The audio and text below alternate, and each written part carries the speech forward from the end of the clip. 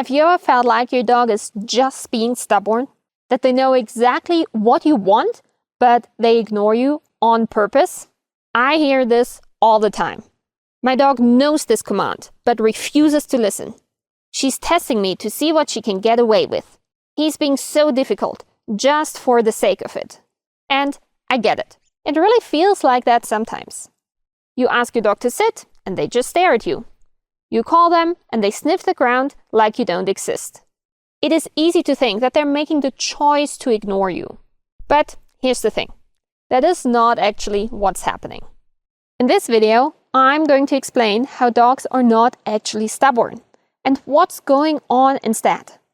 I'm also going to give you a 3-step framework to break through any stubbornness that you might encounter in your training. Trust me, once you see things from a different perspective and implement those 3 steps, training will become so much easier. So, let's break this myth of the stubborn dog down. When people tell me that their dog is just being stubborn, what they really mean is, my dog knows exactly what I want and is deliberately choosing not to do it. But let's hang on here for a second. If we say that our dog knows exactly what we are asking them and purposefully choose to not do it, what are we really saying here? We are assuming that we trained this cue perfectly. There's nothing we could possibly improve about our own training approach. We're also saying that our dog should understand this cue in every possible situation and that the dog is making the conscious choice to ignore us just for fun. But does this actually make sense? You know, nobody is a perfect dog trainer. I'm not a perfect dog trainer. You are not a perfect dog trainer. Nobody is a perfect dog trainer. Dogs do not automatically understand everything we try to teach them. Quite frequently, we skip steps in training without realizing it. Sometimes we assume our dog knows something really well, when actually they have only learned it in one particular situation. And yet, when a dog does not respond, our first instinct is often to assume they're being difficult, rather than stopping to ask, wait a second, did I actually teach this cue properly? Dogs do not wake up in the morning and think, I'm going to mess with my owner today. Instead, their behavior is shaped by several things. First, instincts. Every dog has instincts. They love to chase, they love to sniff, they love to eat disgusting things. And if their instincts are telling them that squirrel over there is really important, their brain tunes out other things, even you. That is not a personal attack. That's just how their brain is wired. Next, behavior is shaped by previous experiences and learning history. Dogs learn from patterns. If something has worked before for them, they will try it again. If ignoring come and running around the yard instead has been fun in the past, that's what they will default to. If you only ever teach them to sit in the kitchen, they will know how to sit in the kitchen, but are not able to generalize it to other situations too. And finally, behavior is shaped by reinforcement available. And this is a big one. Dogs prioritize whatever is the most rewarding in the moment. Right now, if you call your dog at the park and they do not come, it's not because they're trying to defy you. It is because something else is offering stronger reinforcement than coming to you. Think about it. What are all the things competing for your dog's attention? Another dog running by, an interesting smell, or the thrill of running full speed? Dogs do not ignore cues out of stubbornness. They simply choose the most rewarding option available based on what feels important to them in that moment. And that does not mean that our dogs are bad or dominant or stubborn. It just means we have not made the behavior valuable enough to compete with the environment.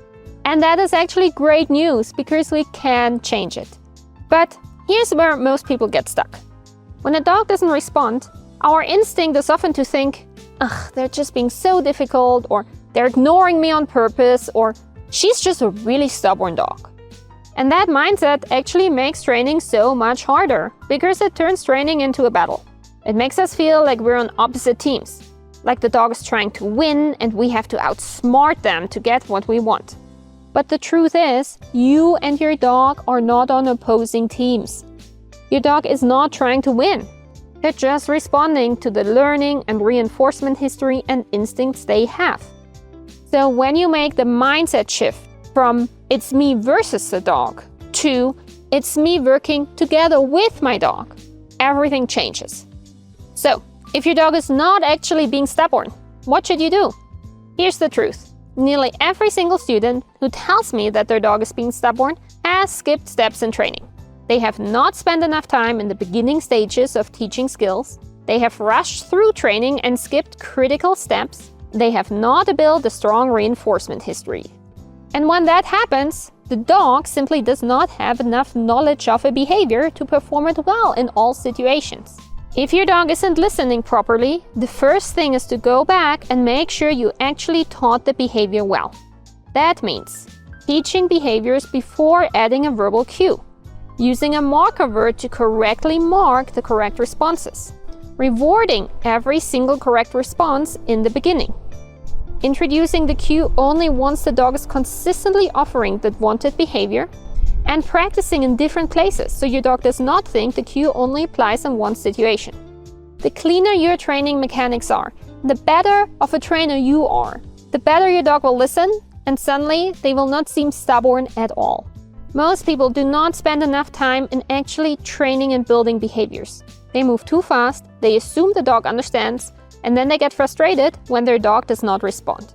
Next, you really need to stop asking your dog for cues in situations where they do not respond. If you are in a really distracting situation and your dog is not responding to sit or watch me or whatever cue you're giving, stop asking. Do not repeat yourself.